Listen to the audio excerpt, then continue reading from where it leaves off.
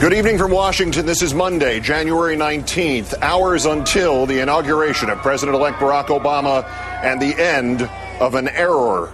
And there is breaking news at this hour that seems like a metaphor for that error. Vice President Cheney has today hurt his back while moving boxes into his new home in McLean, Virginia.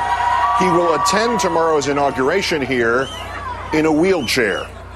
As to the man who will be inaugurated, inheriting a nation at war on two fronts as well as a financial crisis, at least one stimulus plan already seeming to have been put into action even before Mr. Obama takes the oath of office at noon tomorrow on the steps of the Capitol behind me. Our fifth story in the countdown, for all the grim reality, it is as if a grimmer one still has been removed, exorcised, as if a storm has broken, and for whatever the devastation, now at long last, the cleanup and the repair can finally begin.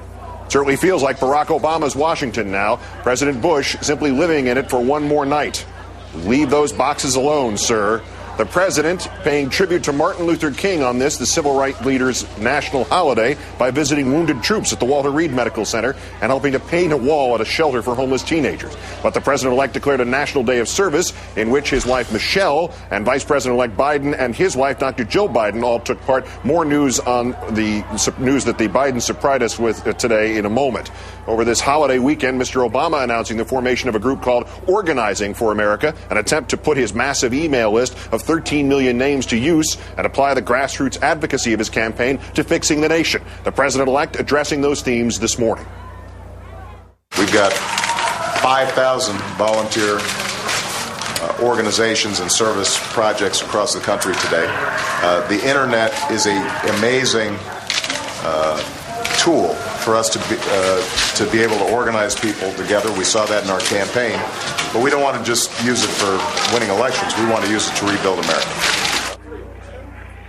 On the president-elect's schedule for tonight, a series of dinners honoring three Americans. Obama saying that each has spent his life in service to his country, at each and every moment placing the interests of America before issues of political party. The first honoree, Joe Biden, which makes sense since the longtime now former senator will take the oath of office before Mr. Obama does tomorrow. The second, General Colin Powell, the former Secretary of State and Chairman of the Joint Chiefs. It was not many years ago that it was thought he might be the first African-American president of the United States. But the third, some may find that name surprising.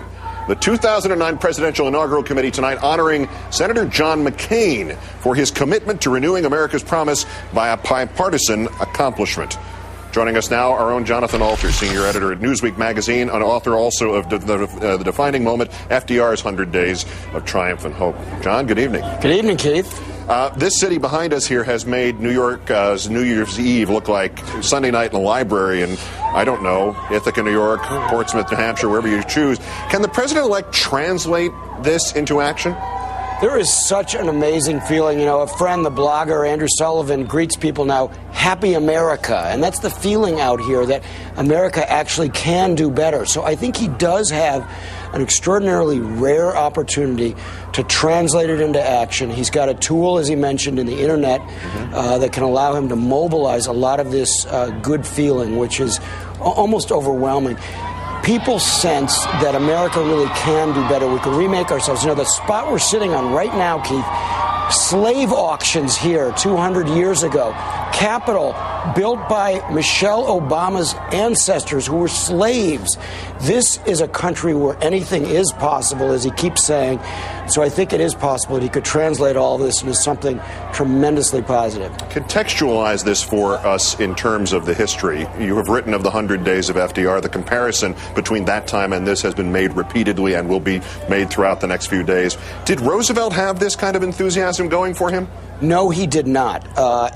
During the transition, people were almost curled up in the fetal position. It wasn't until the inaugural address when one observer said he felt like he'd seen Excalibur pulled from the stone. He says, maybe this guy can do it. Maybe this is the man who can save us. And things, of course, were even worse then than they are today, but there was the same sense of uncertainty about what the future could bring. From day one, Roosevelt was able to begin to restore confidence and give people a sense that even if he didn't solve the problems, he was going to be working on them every day, and that's what Obama's after, too. One of the things that has been, I think, missed in many recounts of the Roosevelt era was his reliance, especially during the war, on Republicans as a as a statement as much as a resource, a statement saying we are all in this together. The New York Times reporting today that Obama has consulted John McCain, let alone honoring him tonight, the night before his non-inauguration, but has consulted with him about security and Iraq throughout the transition. Walk me through the nooks and crannies of the implications of that. Well, first, the idea that each and every time when he could choose between his country and his political interests, John McCain chose his country. It's a little rich after the particular campaign that we went through. That's what they said in honoring him. But having said that, this makes a lot of sense for Barack Obama. This is who he is, reaching out. There's nothing fake about it. When President Bush reached out to Ted Kennedy, it sounded good at first, but Kennedy quickly became convinced that it was phony.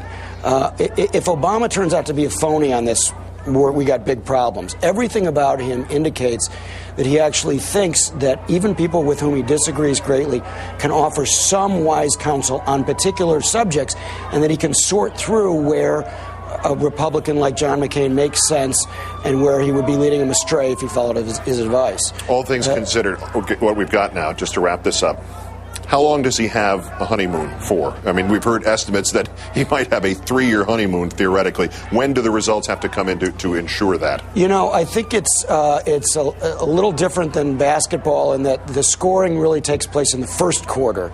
He has got to put points on the board in the first year of his administration.